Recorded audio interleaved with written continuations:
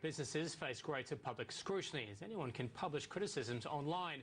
But it's not just the public criticisms companies need to worry about. Employees also have the ability to highlight workplace practices and disagreements. A recent report by Census reveals 21% of employees use social media during their workday and 58% use it immediately after work. As a result, employment practices can become the target of social media discussion and attract further media interest. Well, joining me in studio is workplace law expert Geordie Paul, Managing Principal at People, and Culture Strategies. Geordie, always brilliant to have you on the channel. Look, what would you say are the most likely form of issues that employers are facing when it comes to social media? I think it starts with a general lack of awareness and appreciation, both at employer level and employee level, of how much of a problem this can be. I think there's a lot of complacency on the part of employees. Often people think that, well, the workplace is just an extension of my life. I can comment as I see fit. I'm connected to people who I might be colleagues with on Facebook. I'm not going to be too circumspect about what they may or may not see. So this whole blurring of the lines within workplace contexts around professionalism, colleagues versus friendships and the relationships that would ordinarily appertain there. And employers are struggling with this. One of the biggest challenges for employers is we want to use all of the upside of social media. We want to get our own brand messaging and use it as whether it's a recruitment tool or a general dissemination of information tool.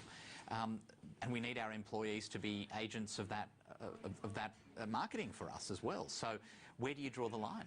Are there legal implications for, say, an employee who, maybe criticises, defames even, I suppose, the company that they work for in a social media context? Yeah, absolutely. I think there have been a number of cases where employers have had to go into disaster recovery mode as a result of information that has been disseminated via social media through their employees. More importantly, there have been comments made of a disparaging nature by an employee towards their employer.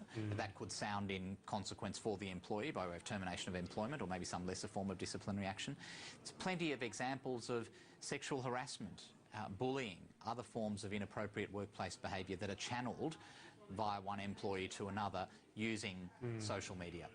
Do you think, would some employers potentially be reticent to act on any sort of disparaging commentary around their workplace because of fear that it would then spread as a result of them acknowledging it? Yeah, I think employers are often in a bit of a bind when it comes to these kinds of things. And it stems from that dichotomy of, if you like, or that tension between wanting to take the upside of social media and not wanting to be seen to be too police state when it comes to controlling employee usage of it. And really what employers have got to think about is how do we educate? And ultimately all employers have a responsibility to educate their employees in relation to what are their policies. If employers just expect that employees are going to know what is the right thing to do, you almost guarantee that things are going to come unstuck at some stage. So they need to develop the right policies. Those policies are going to be critical for the employers to be able to take disciplinary action if they are so inclined. But what do? You can't sort of turn a blind eye to these kinds of defamatory messages. You owe it to other employees to protect them as well. So it's a challenge. I assume in this type of environment now with the prevalence of social media, you can't just say, right, blanket ban. No one that works here can use social media. Well, some employers have tried to do that.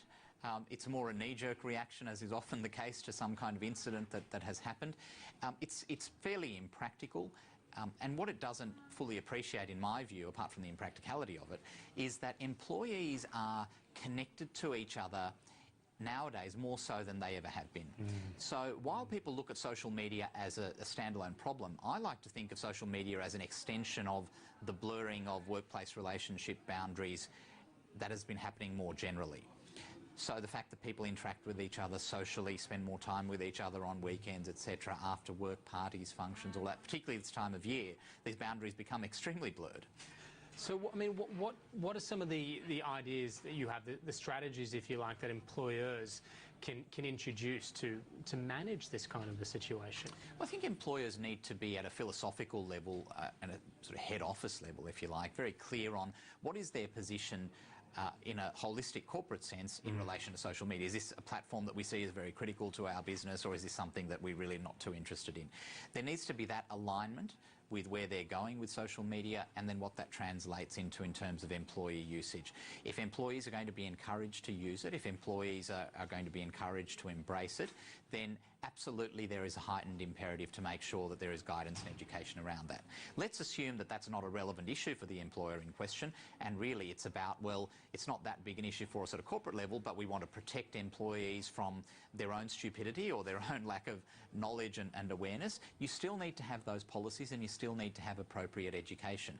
But it's not just standalone education about thou shalt not do this on Facebook. It's about, well, respectful working relationships, respect for your co-workers, appropriate behaviour, appropriate language. All of these things are matters that are constantly in a state of flux in the Australian workplace. And social media is just another manifestation of that challenge. Absolutely. Look, Joy Deep, as always, great to get your thoughts. Thanks very much. Pleasure, Jane.